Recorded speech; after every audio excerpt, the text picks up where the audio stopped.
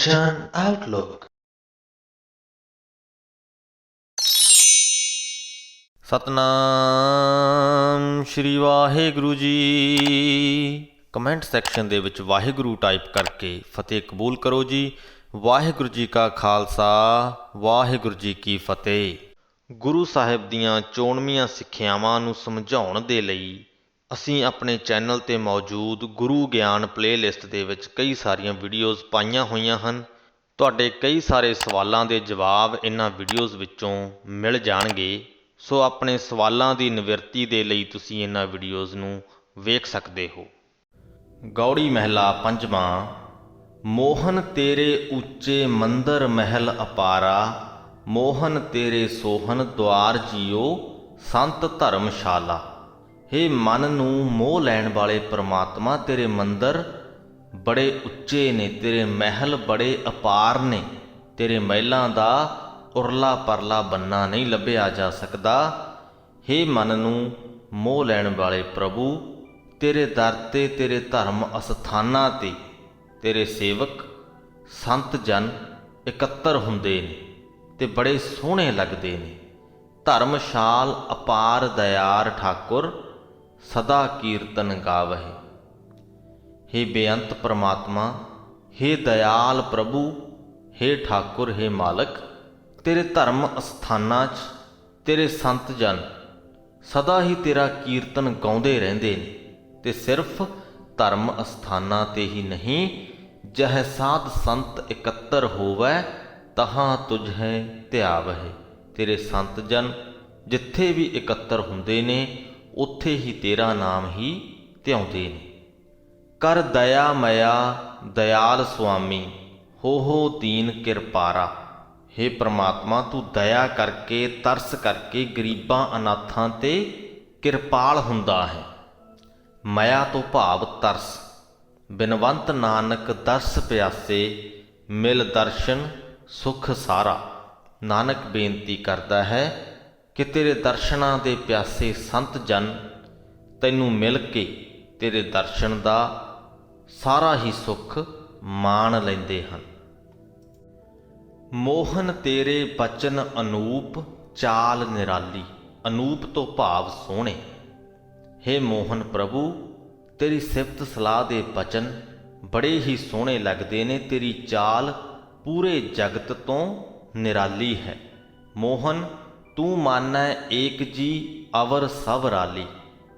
ਸਾਰੇ ਹੀ ਜੀਵ ਇਸ ਗੱਲ ਨੂੰ ਮੰਨਦੇ ਨੇ ਕਿ ਸਿਰਫ ਤੂੰ ਹੀ ਹੈ ਜੋ ਸਦਾ ਕਾਇਮ ਰਹਿਣ ਵਾਲਾ ਹੈ। ਬਾਕੀ ਸਾਰੀ ਸ੍ਰਿਸ਼ਟੀ ਤਾਂ ਮਿੱਟੀ ਹੈ, ਭਾਵ ਨਾਸ਼ਵੰਤ ਹੈ। ਰਾਲੀ ਤੋਂ ਭਾਵ ਨਾਸ਼ਵੰਤ। ਮਾਨੈ ਤਾਂ ਏਕ ਅਲੇਖ ਠਾਕੁਰ, ਜਿਨ ਹੈ ਸਭ ਕਲ ਧਾਰੀਆਂ। ਸਿਰਫ ਤੈਨੂੰ ਇੱਕ ਨੂੰ ਅਸਥਿਰ ਮੰਨਦੇ ਨੇ ਤੇ ਬਾਕੀ ਦੇ ਜੋ ਸ਼ਬਦ ਨੇ ਅਲੇਖ ਠਾਕੁਰ, ਜਿਨ ਹੈ ਸਭ ਕਲ ਧਾਰੀਆਂ, ਉਸ ਪ੍ਰਮਾਤਮਾ ਦੀ ਸਿਫਤ ਸਲਾਹ ਦੇ ਵਿੱਚ ਲਿਖੇ ਗਏ ਨੇ। ਅਲੇਖ ਤੋਂ ਭਾਵ ਜਿਸ ਦਾ ਸਰੂਪ ਬਿਆਨ ਨਹੀਂ ਕੀਤਾ ਜਾ ਸਕਦਾ, ਤੇ ਠਾਕੁਰ ਤੋਂ ਭਾਵ ਮਾਲਕ। ਕਿ ਹੇ ਪ੍ਰਮਾਤਮਾ, ਤੇਰੇ ਰੂਪ ਨੂੰ ਬਿਆਨ ਨਹੀਂ ਕਰ ਸਕਦੇ। ਤੂੰ ਸਾਰੀ ਸ੍ਰਿਸ਼ਟੀ ਦਾ ਮਾਲਕ ਹੈ। ਸਾਰੀ ਸ੍ਰਿਸ਼ਟੀ ਦੇ ਵਿੱਚ ਤੂੰ ਆਪਣੀ ਸੱਤਾ ਵਰਤਾਈ ਹੋਈ ਹੈ ਤੇ ਸਾਰੇ ਜੀਵ ਨੇ ਜਿਹੜੇ ਉਹ ਸਿਰਫ ਤੈਨੂੰ ਹੀ ਅਸਥਿਰ ਮੰਨਦੇ ਨੇ। ਤੁਧ ਵਚਨ ਗੁਰ ਕੈ ਵਸ ਕੀਆ, ਆਦ ਪੁਰਖ ਬਨਵਾਰੀਆ। ਇਸ ਪੰਕਤੀ ਦੇ ਵਿੱਚ ਵੀ ਆਦ ਪੁਰਖ ਬਨਵਾਰੀਆ ਜੋ ਸ਼ਬਦ ਹਨ, ਇਹਨਾਂ ਦੇ ਨਾਲ ਉਸ ਪ੍ਰਮਾਤਮਾ ਨੂੰ ਸੰਬੋਧਨ ਕੀਤਾ ਗਿਆ ਹੈ। ਆਦ ਪੁਰਖ ਤੋਂ ਭਾਵ ਇਸ ਸੰਸਾਰ ਦਾ ਮੁੱਢ, ਤੇ ਬਨਵਾਰੀਆ ਤੋਂ ਭਾਵ ਜਗਤ ਦਾ ਮਾਲਕ। ਕਿ ਹੇ ਇਸ ਸੰਸਾਰ ਦੇ ਮੁੱਢ ਤੇ ਇਸ ਪੂਰੇ ਜਗਤ ਦੇ ਮਾਲਕ ਪ੍ਰਮਾਤਮਾ, ਤੁਧ ਬਚਨ ਗੁਰ ਕੈ ਵਸ ਕੀਆ। ਗੁਰੂ ਦੇ ਬਚਨਾਂ ਦੇ ਰਾਹੀਂ ਤੇਰੇ ਭਗਤਾਂ ਨੇ ਤੈਨੂੰ ਆਪਣੇ ਪਿਆਰ ਦੇ ਵਿੱਚ, ਪਿਆਰ ਦੇ ਵਸ 'ਚ ਕੀਤਾ ਹੋਇਆ ਹੈ।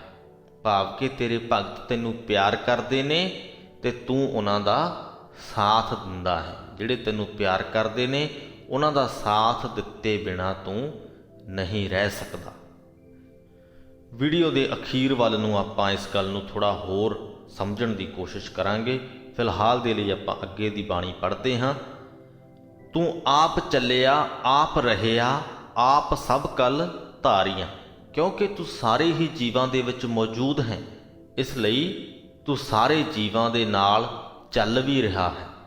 ਜਿਵੇਂ ਜੀਵ ਚੱਲਦੇ ਨੇ ਉਵੇਂ ਤੂੰ ਚੱਲਦਾ ਹੈ। ਜਿਵੇਂ ਉਹ ਆਪਣੀ ਉਮਰ ਭੋਗ ਕੇ ਇਸ ਸੰਸਾਰ ਨੂੰ ਅਲਵਿਦਾ ਆਖ ਕੇ ਚਲੇ ਜਾਂਦੇ ਨੇ, ਉਵੇਂ ਤੂੰ ਵੀ ਚਲਾ ਜਾਂਦਾ ਹੈ। ਪਰ ਨਾਲ ਦੀ ਨਾਲ ਹੀ ਤੂੰ ਇਸ ਸ੍ਰਿਸ਼ਟੀ ਤੇ ਕਾਇਮ ਵੀ ਰਹਿੰਦਾ ਹੈ, ਕਿਉਂਕਿ ਤੂੰ ਸਿਰਫ ਇੱਕ ਜੀਵ ਦੇ ਵਿੱਚ ਨਹੀਂ ਕਿ ਜਿਹੜਾ ਸੰਸਾਰ ਤੋਂ ਚਲਾ ਗਿਆ ਤੇ ਤੂੰ ਵੀ ਉਹਦੇ ਨਾਲ ਹੀ ਚਲਾ ਗਿਆ। ਤੂੰ ਤੇ ਸਾਰੇ ਹੀ ਜੀਵਾਂ ਦੇ ਵਿੱਚ ਵਿਆਪਕ ਹੈ।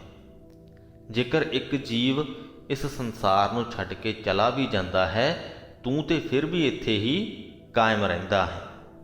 ਤੂੰ ਪੂਰੇ ਜਗਤ ਦੇ ਵਿੱਚ ਆਪਣੀ ਸੱਤਾ ਵਰਤਾਈ ਹੋਈ ਹੈ। ਆਪ ਸਭ ਕਲ ਧਾਰੀ। ਬਿਨਵੰਤ ਨਾਨਕ ਪੈਜ ਰਾਖੋ ਸਭ ਸੇਵਕ ਸ਼ਰਨ ਤੁਮਾਰੀ। ਨਾਨਕ ਬੇਨਤੀ ਕਰਦਾ ਹੈ ਕਿ ਤੂੰ ਆਪਣੇ ਸੇਵਕਾਂ ਦੀ ਲਾਜ ਰੱਖਦਾ ਹੈ, ਜਿਹੜੇ ਸੇਵਕ ਤੇਰੀ ਸ਼ਰਨ ਦੇ ਵਿੱਚ ਪੈਂਦੇ ਨੇ। ਮੋਹਨ ਤੁਧ ਸਤ ਸੰਗਤ ਧਿਆਵੈ ਦਰਸ ਧਿਆਨਾ। ਹੇ ਮੋਹਨ ਪ੍ਰਭੂ, ਸਾਧ ਸੰਗਤ ਤੈਨੂੰ ਧਿਆਉਂਦੀ ਹੈ, ਤੇਰੇ ਦਰਸ਼ਨ ਦਾ ਧਿਆਨ ਧਰਦੀ ਹੈ। ਮੋਹਨ ਜਮ ਨੇੜ ਨਾ ਆਵੈ ਤੁਧ ਜਪੇ ਨਿਦਾਨਾ। ਨਿਦਾਨਾ ਤੋਂ ਭਾਵ ਅੰਤ ਵੇਲੇ, ਕਿ ਜਦ ਮਨੁੱਖ ਦੀ ਮੌਤ ਨੇੜੇ ਆ ਜਾਂਦੀ ਹੈ, ਉਦੋਂ ਬਹੁਤੇ ਮਨੁੱਖ ਸਹਿਮ ਜਾਂਦੇ ਨੇ, ਉਹ ਡਰ ਜਾਂਦੇ ਨੇ। ਉਹਨਾਂ ਦਾ ਦਿਲ ਨਹੀਂ ਕਰਦਾ ਇਸ ਸੰਸਾਰ ਨੂੰ, ਆਪਣੇ ਪਰਿਵਾਰ ਨੂੰ ਛੱਡ ਕੇ ਜਾਣ। ਪਰ ਗੁਰੂ ਜੀ ਕਹਿੰਦੇ ਜਿਹੜੇ ਤੈਨੂੰ ਜਪਦੇ ਨੇ ਉਹ ਅੰਤ ਵੇਲੇ ਡਰਦੇ ਨਹੀਂ। ਮੌਤ ਦਾ ਡਰ ਉਹਨਾਂ ਦੇ ਨੇੜੇ ਨਹੀਂ ਟੁਕਦਾ। ਮੋਹਨ ਜਮ ਨੇੜ ਨਾ ਆਵੈ ਤੁਧ ਜਪੇ ਨਿਦਾਨਾ। ਜਮ ਕਾਲ ਤਿਨ ਕੋ ਲੱਗੈ ਨਾਹੀ ਜੋ ਇੱਕ ਮਨ ਧਿਆਵਹਿ। ਮੌਤ ਦਾ ਡਰ ਉਹਨਾਂ ਨੂੰ ਨਹੀਂ ਲੱਗਦਾ ਜਿਹੜੇ ਇਕਾਗਰ ਮਨ ਦੇ ਨਾਲ ਤੈਨੂੰ ਧਿਆਉਂਦੇ ਨੇ। ਮਨ ਬਚਨ ਕਰਮ ਜੇ ਤੁਧ ਅਰਾਧੈ ਸੇ ਸਭੇ ਫਲ ਪਾਵੇ। ਆਪਣੇ ਮਨ ਦੇ ਨਾਲ, ਆਪਣੇ ਬੋਲਾਂ ਦੇ ਨਾਲ ਤੇ ਆਪਣੇ ਕਰਮਾਂ ਦੇ ਨਾਲ ਜਿਹੜੇ ਤੇਰੀ ਪੂਜਾ ਕਰਦੇ ਨੇ, ਤੇਰੀ ਭਗਤੀ ਕਰਦੇ ਨੇ, ਤੈਨੂੰ ਯਾਦ ਕਰਦੇ ਨੇ, ਉਹ ਸਾਰੇ ਹੀ ਫਲ ਪ੍ਰਾਪਤ ਕਰ ਲੈਂਦੇ ਨੇ। ਮਲ ਮੂਤ ਮੂੜ ਜੇ ਮੁਗਧ ਹੋਤੇ ਸੇ ਦੇਖ ਦਰਸ਼ ਸੁਗਿਆਨਾ। ਕਿ ਜਿਹੜੇ ਮਨੁੱਖ ਗੰਦੇ ਕੰਮ ਕਰਦੇ ਨੇ, ਕੁਕਰਮੀ ਹੁੰਦੇ ਨੇ, ਮਹਾ ਮੂਰਖ ਹੁੰਦੇ ਨੇ, ਤੈਨੂੰ ਵੇਖ ਕੇ, ਤੇਰੇ ਦਰਸ਼ਨ ਕਰਕੇ ਉਹ ਵੀ ਸੁਗਿਆਨੀ ਹੋ ਜਾਂਦੇ ਨੇ, ਉਹ ਵੀ ਗਿਆਨ ਵਾਲੇ ਹੋ ਜਾਂਦੇ ਨੇ, ਉਹਨਾਂ ਦੀ ਸੋਝੀ ਵੀ ਉੱਚੀ ਹੋ ਜਾਂਦੀ ਹੈ। ਬਿਨਵੰਤ ਨਾਨਕ ਰਾਜ ਨਿਹਚਲ ਪੂਰਨ ਪੁਰਖ ਭਗਵਾਨਾ। ਹੇ ਸਰਬ ਵਿਆਪਕ ਭਗਵਾਨ, ਨਾਨਕ ਤੇਰੇ ਅੱਗੇ ਬੇਨਤੀ ਕਰਦਾ ਹੈ ਤੇ ਆਖਦਾ ਹੈ ਕਿ ਤੇਰਾ ਰਾਜ ਨਿਹਚਲ ਹੈ, ਤੇਰਾ ਰਾਜ ਸਦਾ ਕਾਇਮ ਰਹਿਣ ਵਾਲਾ ਹੈ। ਮੋਹਨ ਤੂੰ ਸੁਫਲ ਫਲਿਆ ਸਣ ਪਰਵਾਰੇ। ਮੋਹਨ ਪੁੱਤਰ ਮੀਤ ਭਾਈ ਕੁਟੰਬ ਸਭ ਤਾਰੇ। ਹੇ ਮੋਹਨ ਪ੍ਰਭੂ, ਤੂੰ ਬੜਾ ਸੋਹਣਾ ਫਲਿਆ ਹੋਇਆ ਹੈ, ਤੇਰਾ ਪਰਿਵਾਰ ਬੜਾ ਵੱਡਾ ਹੈ। ਪੁੱਤਰਾਂ ਭਰਾਵਾਂ ਮਿੱਤਰਾਂ ਵਾਲੇ ਵੱਡੇ ਵੱਡੇ ਟੱਬਰ ਤੂੰ ਸਾਰੇ ਦੇ ਸਾਰੇ ਹੀ ਤਾਰ ਲਏ। ਇਸ ਮਾਇਆ ਦੇ ਵਿਕਰਾਲ ਸਮੁੰਦਰ ਤੋਂ ਪਾਰ ਲੰਘਾ ਲਏ। ਤਾਰਿਆ ਜਹਾਨ ਲਹਿਆ ਅਭਿਮਾਨ ਜਿਨੀ ਦਰਸ਼ਨ ਪਾਇਆ। ਜਿਨ੍ਹਾਂ ਮਨੁੱਖਾਂ ਨੇ ਤੇਰਾ ਦਰਸ਼ਨ ਕੀਤਾ ਹੈ ਉਹਨਾਂ ਦਾ ਅਭਿਮਾਨ ਲੈ ਗਿਆ ਹੈ, ਉਹਨਾਂ ਦੇ ਅੰਦਰੋਂ ਹੰਕਾਰ ਦੂਰ ਹੋ ਗਿਆ ਹੈ। ਤੇ ਹੇ ਪ੍ਰਮਾਤਮਾ, ਤੂੰ ਸਾਰੇ ਜਹਾਨ ਨੂੰ ਵੀ ਤਾਰਨ ਦੀ ਸਮਰੱਥਾ ਰੱਖਦਾ ਹੈ। ਜਿਨੀ ਤੁਧਨੋਂ ਧਨ ਕਹਿਆ ਤਿਨ ਜਮ ਨੇੜ ਨਾ ਆਇਆ। ਜਿਨ੍ਹਾਂ ਨੇ ਤੈਨੂੰ ਧਨ ਕਿਹਾ ਹੈ, ਤੇਰੀ ਵਡਿਆਈ ਕੀਤੀ ਹੈ, ਸਿਫਤ ਸਲਾਹ ਕੀਤੀ ਹੈ, ਤੇਰੀ ਉੱਚਤਾ ਨੂੰ ਮੰਨਿਆ ਹੈ, ਮੌਤ ਦਾ ਸਹਿਮ ਉਹਨਾਂ ਦੇ ਨੇੜੇ ਨਹੀਂ ਆਉਂਦਾ। ਬੇਅੰਤ ਗੁਣ ਤੇਰੇ ਕਥੇ ਨਾ ਜਾਹੀ ਸਤਿਗੁਰ ਪੁਰਖ ਮੁਰਾਰੇ। ਹੇ ਸਰਵ ਵਿਆਪਕ ਪ੍ਰਮਾਤਮਾ, ਤੇਰੇ ਗੁਣ ਬੜੇ ਬੇਅੰਤ ਨੇ, ਸ਼ਬਦਾਂ ਦੇ ਵਿੱਚ ਬਿਆਨ ਨਹੀਂ ਕੀਤੇ ਜਾ ਸਕਦੇ, ਕਹੇ ਨਹੀਂ ਜਾ ਸਕਦੇ, ਇੰਨੇ ਬੇਅੰਤ ਤੇਰੇ ਗੁਣ ਨੇ। ਬਿਨਵੰਤ ਨਾਨਕ ਟੇਕ ਰਾਖੀ ਜਿਤ ਲਗ ਤਰਿਆ ਸੰਸਾਰੇ। ਨਾਨਕ ਬੇਨਤੀ ਕਰਦਾ ਹੈ ਕਿ ਉਹਨੇ ਤੇਰੇ ਵਿੱਚ ਟੇਕ ਰੱਖੀ ਹੈ, ਤੇਰਾ ਆਸਰਾ ਲਿਆ ਹੈ, ਜਿਹੜੇ ਆਸਰੇ ਦੀ ਬਰਕਤ ਨਾਲ ਸੰਸਾਰ ਸਮੁੰਦਰ ਤੋਂ ਪਾਰ ਲੰਘਿਆ ਜਾਂਦਾ ਹੈ। ਗੌੜੀ ਮਹਿਲਾ ਪੰਜਵਾਂ ਸ਼ਲੋਕ। ਪਤਿਤ ਅਸੰਖ ਪੁਨੀਤ ਕਰ ਪੁਨਾ ਪੁਨਾ ਬਲਿਹਾਰ, ਨਾਨਕ RAM ਨਾਮ ਜਪ ਪਾਵਕੋ ਤਿਨ ਕਿਲ ਵਿਖ ਦਾਹਨ ਹਾਰ। ਗੁਰੂ ਜੀ ਆਪਣੇ ਆਪ ਨੂੰ ਹੀ ਹਦਾਇਤ ਕਰਦੇ ਹੋਏ ਕਹਿੰਦੇ ਨੇ ਕਿ ਹੇ ਨਾਨਕ, ਉਸ RAM ਦਾ, ਉਸ ਪ੍ਰਮਾਤਮਾ ਦਾ ਨਾਮ ਜਪ, ਉਹ ਨਾਮ ਜਿਹੜਾ ਕਿ ਪਾਪਾਂ ਨੂੰ ਸਾੜਨ ਦੀ ਤਾਕਤ ਰੱਖਦਾ ਹੈ। ਜਿਵੇਂ ਕਿ ਅੱਗ, ਪਾਵਕੋ ਤੋਂ ਭਾਵ ਅੱਗ, ਅੱਗ ਤੀਲਿਆਂ ਨੂੰ ਸਾੜਨ ਦੀ ਤਾਕਤ ਰੱਖਦੀ ਹੈ, ਉਵੇਂ ਪ੍ਰਮਾਤਮਾ ਦਾ ਨਾਮ ਕਿਲ ਵਿਖ ਦਾਹਨ ਹਾਰ, ਪਾਪਾਂ ਨੂੰ ਸਾੜਨ ਦੀ ਤਾਕਤ ਰੱਖਦਾ ਹੈ। ਪਤਿਤ ਅਸੰਖ ਪੁਨੀਤ ਕਰ। ਪਤਿਤ ਤੋਂ ਭਾਵ ਵਿਕਾਰਾਂ ਦੇ ਵਿੱਚ ਡਿੱਗੇ ਹੋਏ, ਵਿਕਾਰਾਂ ਦੇ ਵਿੱਚ ਗਲਤਾਨ ਹੋਏ ਹੋਏ। ਪ੍ਰਮਾਤਮਾ ਦਾ ਨਾਮ ਅਨੇਕਾਂ ਹੀ ਵਿਕਾਰਾਂ ਦੇ ਵਿੱਚ ਡਿੱਗੇ ਹੋਏ ਮਨੁੱਖਾਂ ਨੂੰ ਪਵਿੱਤਰ ਕਰਨ ਦੀ ਵੀ ਸਮਰੱਥਾ ਰੱਖਦਾ ਹੈ। ਇਸ ਲਈ ਪੁਨਾ ਪੁਨਾ ਬਲਿਹਾਰ, ਭਾਵ ਕਿ ਮੁੜ ਮੁੜ ਇਸ ਨਾਮ ਤੋਂ ਬਲਿਹਾਰੇ ਜਾ, ਸਦਕੇ ਜਾ। ਅੱਗੇ ਚੱਲਦੇ ਹਾਂ। ਸ਼ੰਤ। ਜਪ ਮਨਾ ਤੂੰ RAM ਨਰਾਇਣ ਗੋਵਿੰਦਾ ਹਰ ਮਾਧੋ। ਕਿ ਹੇ ਮੇਰੇ ਮਨ, ਤੂੰ RAM ਨਰਾਇਣ ਗੋਬਿੰਦ ਹਰੀ ਮਾਧੋ, ਇਹਨਾਂ ਦਾ ਨਾਮ ਜਪ। ਇਹਨਾਂ ਸਾਰੇ ਹੀ ਨਾਮਾਂ ਦੇ ਨਾਲ ਗੁਰੂ ਜੀ ਨੇ ਉਸ ਪਰਮਾਤਮਾ ਨੂੰ ਸੰਬੋਧਨ ਕੀਤਾ ਹੈ। ਧਿਆਏ ਮਨਾ ਮੁਰਾਰ ਮੁਕੰਦੇ, ਕੱਟਿਐ ਕਾਲ ਦੁੱਖ ਫਾਦੋ। ਹੇ ਮੇਰੇ ਮਨ, ਤੂੰ ਮੁਕੰਦ ਮੁਰਾਰੀ ਦਾ ਆਰਾਧਨ ਕਰ, ਜਿਹਦਾ ਆਰਾਧਨ ਕੀਤਿਆਂ ਮੌਤ ਦੇ ਦੁੱਖਾਂ ਦੀ, ਮੌਤ ਦੇ ਡਰ ਦੀ ਫਾਹੀ ਕੱਟੀ ਜਾਂਦੀ ਹੈ। ਦੁੱਖ ਹਰਨ ਦੀਨ ਸਰਨ ਸ਼੍ਰੀਧਰ, ਚਰਨ ਕਮਲ ਆਰਾਧੀਐ। ਉਸ ਪ੍ਰਮਾਤਮਾ ਦੇ ਚਰਨਾਂ ਦਾ ਆਰਾਧਨ ਕਰ, ਜਿਹੜਾ ਕਿ ਜੀਵਾਂ ਦੇ ਦੁੱਖ ਹਰਨ ਦੀ ਸਮਰੱਥਾ ਰੱਖਦਾ ਹੈ, ਦੁੱਖਾਂ ਦਾ ਨਾਸ਼ ਕਰਨ ਵਾਲਾ ਹੈ, ਜਿਹੜਾ ਗਰੀਬਾਂ ਨੂੰ, ਦੁਖੀਆਂ ਨੂੰ ਸਹਾਰਾ ਦੇਣ ਵਾਲਾ ਹੈ, ਜਿਹੜਾ ਲਖਮੀ ਦਾ ਵੀ ਆਸਰਾ ਹੈ। ਜਮ ਪੰਥ ਵਿਖੜਾ ਅਗਨ ਸਾਗਰ, ਨਿਮਖ ਸਿਮਰਤ ਸਾਧੀਐ। ਇਹ ਜੋ ਜਮਾਂ ਦਾ ਰਸਤਾ ਹੈ ਬੜਾ ਹੀ ਔਖਾ ਤੇ ਅੱਗ ਦਾ ਸਾਗਰ ਹੈ, ਪਰ ਜੇ ਇੱਕ ਪਲ ਦੇ ਲਈ ਵੀ ਉਸ ਪਰਮਾਤਮਾ ਦਾ ਨਾਮ ਸਿਮਰ ਲਈਏ ਤਾਂ ਇਸ ਅੱਗ ਦੇ ਸਾਗਰ ਨੂੰ ਸਾਧਿਆ ਜਾ ਸਕਦਾ ਹੈ, ਠੀਕ ਕੀਤਾ ਜਾ ਸਕਦਾ ਹੈ, ਤਰਨ ਯੋਗ ਕੀਤਾ ਜਾ ਸਕਦਾ ਹੈ। ਕਲ ਮਲਹਾ ਦਹਿਤਾ ਸ਼ੁੱਧ ਕਰਤਾ, ਦਿਨ ਸਰੈਣ ਅਰਾਧੋ। ਉਸ ਪਰਮਾਤਮਾ ਨੂੰ ਦਿਨ ਰਾਤ ਅਰਾਧੋ, ਦਿਨ ਰਾਤ ਸਿਮਰੋ, ਦਿਨ ਰਾਤ ਉਹਨੂੰ ਚੇਤੇ ਦੇ ਵਿੱਚ ਰੱਖੋ, ਜਿਹੜਾ ਪਾਪਾਂ ਨੂੰ ਸਾੜਨ ਵਾਲਾ ਹੈ ਤੇ ਪਵਿੱਤਰਤਾ ਬਖਸ਼ਣ ਵਾਲਾ ਹੈ, ਪਵਿੱਤਰ ਕਰਨ ਵਾਲਾ ਹੈ। ਕਲ ਮਲਹਾ ਤੋਂ ਭਾਵ ਪਾਪ, ਦਹਿਤਾ ਤੋਂ ਭਾਵ ਸਾੜਨ ਵਾਲਾ। ਬਿਨਵੰਤ ਨਾਨਕ ਕਰੋ ਕਿਰਪਾ, ਗੋਪਾਲ ਗੋਬਿੰਦ ਮਾਧੋ।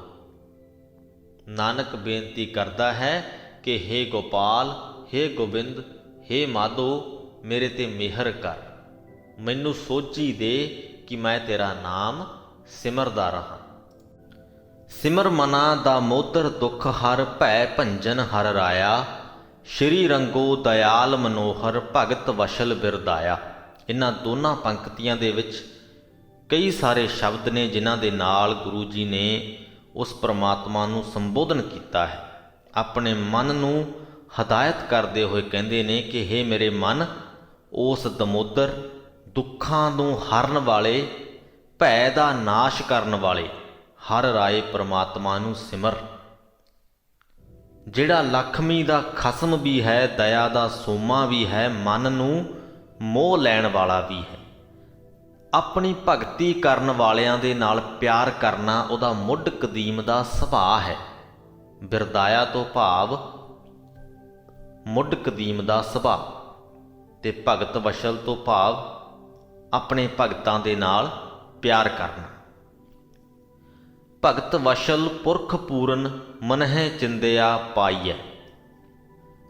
ਜੇ ਆਪਣੇ ਭਗਤਾਂ ਦੇ ਨਾਲ ਪਿਆਰ ਕਰਨ ਵਾਲੇ ਉਸ ਪਰਮਾਤਮਾ ਦੇ ਨਾਮ ਨੂੰ ਅਸੀਂ ਆਪਣੇ ਮਨ ਦੇ ਵਿੱਚ ਵਸਾ ਲਈਏ ਤਾਂ ਮਨ ਦੀਆਂ ਸਾਰੀਆਂ ਹੀ ਮੁਰਾਦਾਂ ਪੂਰੀਆਂ ਹੋ ਜਾਂਦੀਆਂ ਨੇ। ਮਨ ਦੇ ਵਿੱਚ ਜੋ ਚਿਤਵਦੇ ਹਾਂ ਉਹ ਪਾ ਵੀ ਲੈਂਦੇ ਹਾਂ, ਇੰਨੀ ਸਮਰੱਥਾ ਸਾਡੇ ਵਿੱਚ ਆ ਜਾਂਦੀ ਹੈ। ਤਮ ਅੰਧ ਕੂਪ ਤੇ ਉਧਾਰੈ, ਨਾਮ ਮਨ ਵਸਾਈਐ। ਤਮ ਤੋਂ ਭਾਵ ਹਨੇਰਾ, ਅੰਧਕੂਪ ਤੋਂ ਭਾਵ ਅੰਨਾ ਖੂਹ। ਗੁਰੂ ਜੀ ਕਹਿੰਦੇ ਕਿ ਜੇ ਨਾਮ ਨੂੰ ਅਸੀਂ ਮਨ ਦੇ ਵਿੱਚ ਵਸਾ ਲਈਏ ਤਾਂ ਪ੍ਰਮਾਤਮਾ ਦਾ ਨਾਮ ਸਾਨੂੰ ਮਾਇਆ ਦੇ ਅੰਨੇ ਖੂਹ ਦੇ ਹਨੇਰੇ ਦੇ ਵਿੱਚੋਂ ਬਾਹਰ ਕੱਢ ਲੈਂਦਾ ਹੈ, ਉਤਾਰ ਦਿੰਦਾ ਹੈ। ਸੁਰ ਸਿੱਧ ਗਣ ਗੰਧਰਵ ਮੁਨ ਜਨ ਗੁਣ ਅਨਕ ਭਗਤੀ ਗਾਇਆ।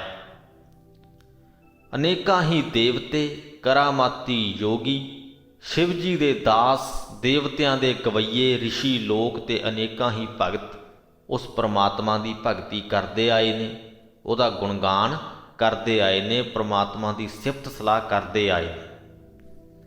ਬਿਨਵੰਤ ਨਾਨਕ ਕਰੋ ਕਿਰਪਾ, ਪਾਰ ਬ੍ਰਹਮ ਹਰ ਰਾਇਆ। ਨਾਨਕ ਬੇਨਤੀ ਕਰਦਾ ਹੈ ਕਿ ਹੇ ਪ੍ਰਭੂ ਪਾਤਸ਼ਾਹ, ਮਿਹਰ ਕਰ ਕਿ ਮੈਂ ਵੀ ਤੇਰਾ ਨਾਮ ਸਿਮਰਦਾ ਰਹਾ। ਸੋ ਇਸ ਦੇ ਨਾਲ ਹੀ ਸ੍ਰੀ ਗੁਰੂ ਗ੍ਰੰਥ ਸਾਹਿਬ ਜੀ ਦੇ 248ਵੇਂ ਅੰਗ ਦੀ ਬਾਣੀ ਦੀ ਵਿਆਖਿਆ ਦੀ ਸਮਾਪਤੀ ਹੁੰਦੀ ਹੈ ਜੀ। ਜੋ ਪਿੱਛੇ ਆਪਾਂ ਪੰਕਤੀ ਪੜ੍ਹੀ ਸੀ ਕਿ ਤੁਧ ਬਚਨ ਗੁਰ ਕੈ ਵਸ ਕੀਆ, ਕਿ ਜੋ ਪ੍ਰਮਾਤਮਾ ਦੇ ਭਗਤ ਜਨ ਹਨ, ਜਿਹੜੇ ਉਸ ਪ੍ਰਮਾਤਮਾ ਨੂੰ ਪ੍ਰੇਮ ਕਰਦੇ ਨੇ, ਪ੍ਰਮਾਤਮਾ ਉਹਨਾਂ ਦਾ ਸਾਥ ਦੇਣ ਤੋਂ ਇਨਕਾਰ ਨਹੀਂ ਕਰ ਸਕਦਾ। ਕਿਉਂ? ਕਿਉਂਕਿ ਉਹ ਪ੍ਰਮਾਤਮਾ ਤੁਹਾਡੇ ਅੰਦਰ ਵਸਦਾ ਹੈ।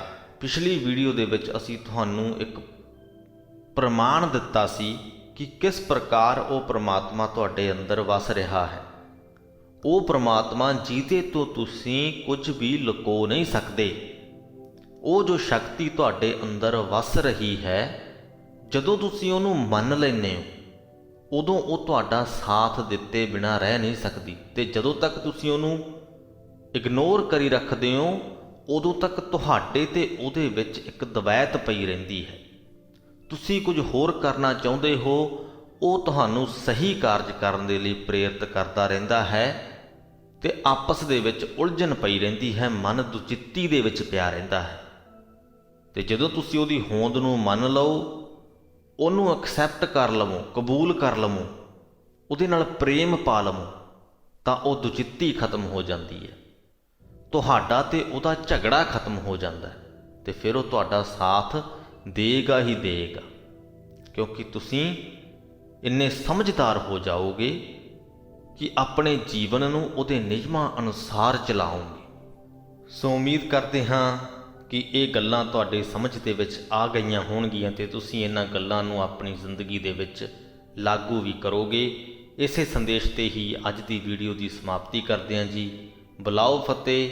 ਵਾਹਿਗੁਰੂ ਜੀ ਕਾ ਖਾਲਸਾ, ਵਾਹਿਗੁਰੂ ਜੀ ਕੀ ਫਤਿਹ।